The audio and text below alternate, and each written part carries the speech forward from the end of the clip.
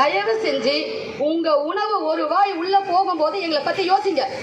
நம்ம சாப்பிட்றோமே, அவங்க சாப்பிட்டாங்களா 2 வருஷம், அவங்களுக்கு பணம் கிடைச்சுதா அப்படின்றத யோசிக்கணும். அந்த ஒரு வாய் சாப்பாடு நிம்மதியா உள்ள போலன்னா எங்களுடைய பயிற்றுனரா உள்ள வைக்கும் போது ஏன் அந்த மனுவை கொடுக்கல, ஏன் ஒரு அப்ளிகேஷனை கொடுக்கல, இப்போ மட்டும் நீங்க எந்த அதிகாரத்தின் பேர்ல வந்தீங்கன்னு கேள்வி கேட்கிற அரசாங்கம் நாங்க உள்ள போகும்போது மட்டும் எந்த பதிவையும் கொடுக்காம உள்ள சேர்த்துக்கிட்டாங்க.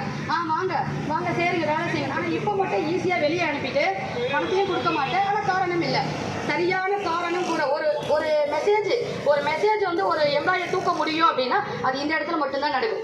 ஒரு வாட்ஸ்அப் மெசேஜ் குறுஞ்செய்தி மூலமாக உங்களுக்கு வேலை இல்லை. இது எந்த அதிகாரியாச்சும் இந்த கொஸ்டின் கேட்டாங்களா? எப்படி நீங்க அந்த செய்தி வந்து கம்ஃபர்டபுளா, இது எந்த அரசாங்கம் கொடுத்துச்சு, எந்த அதிகாரி கொடுத்தாரு, இது உண்மையானதா, இது ரியலா, இது ட்ரூத்தா, இது ஆனஸ்டா, இது டிசிப்ளினா, இந்த டிசிப்ளின் வந்து இதுதான் அரசாங்கம் ஃபாலோ பண்ண வேண்டிய டிசிப்ளினா, இப்படித்தான் ஒரு எம்ப்ளாயை தூக்கணுமா, இது எல்லா கேட்டகரியிலும் இருக்கா, எல்லா துறைகள்லையும் இது நடக்குதா, இதெல்லாம் ஏன் யாருமே பார்க்க மாட்டேங்கிறாங்க, யாருமே யோசிக்க மாட்டேங்கிறாங்க. அப்ப யோகா பயிற்றுனா அந்த அளவுக்கு நாங்க இறங்கி போயிருக்கோமா? சித்தர்கள் வழி வந்த நாடு நம்ம நாடு, சித்தர்கள் பாரம்பரியத்தை கடைபிடிக்க நாடு நம்ம நாடு. அதே சித்தர் வழி வந்த சித்த மருத்துவத்தில் பணியாற்றக்கூடியவர்கள் நாங்க.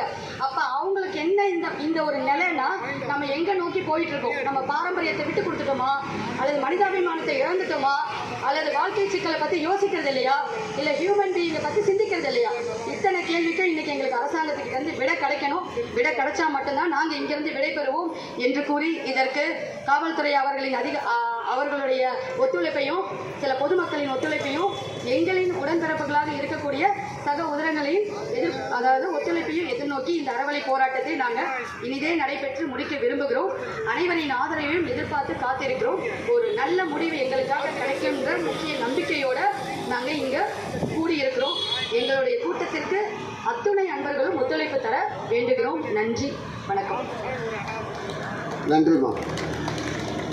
தன்னுடைய ஆதங்கத்தை வெளிப்படுத்திய சத்தியமாலா அவர்களுக்கு தமிழ்நாடு யோகா ஆசை சங்கத்தின் சார்பாக நன்றி தெரிவித்துக் கொள்கின்றோம்.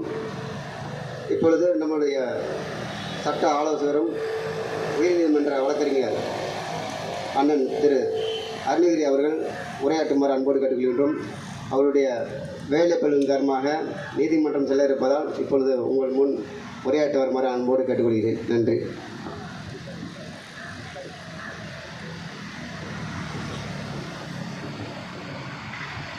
இந்த ஆர்ப்பாட்டத்தினுடைய கதாநாயகன் எனது அருமை தம்பி காசி அவர்களே,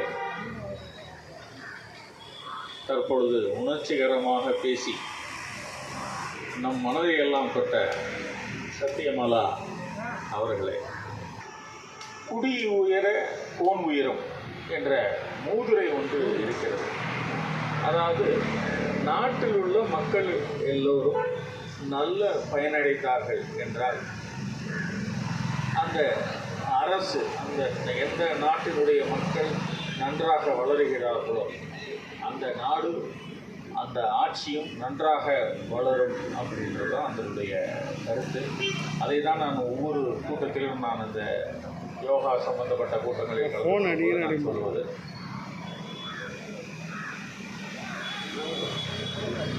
இந்த யோகா சம்பந்தப்பட்ட கூட்டங்களில் கலந்து கொள்ளும்போது நான் சொல்வது என்னவென்றால்,